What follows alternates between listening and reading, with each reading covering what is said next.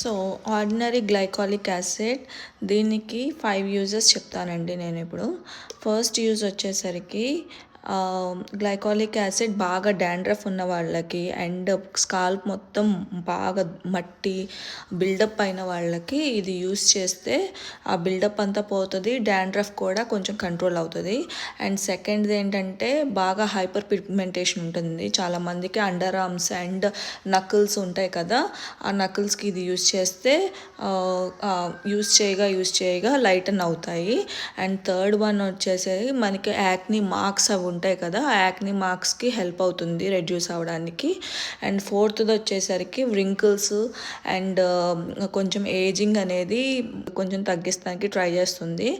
And fifth use వచ్చేసరికి చాలామంది body shaving అనేది చేసుకుంటారు, వాళ్ళ ఇన్గ్రోన్ హెయిర్స్ అనేది కనిపించకుండా బాగా సాఫ్ట్ స్కిన్ సిల్కీగా కనిపించడం కోసం. అండ్ స్ట్రాబెర్రీ స్కిన్ అని ఒకటి ఉంటుందండి, బాగా పోర్స్గా కనిపిస్తుంది స్కిన్ అంతా, అప్పుడు అంత అందంగా అనిపించదు.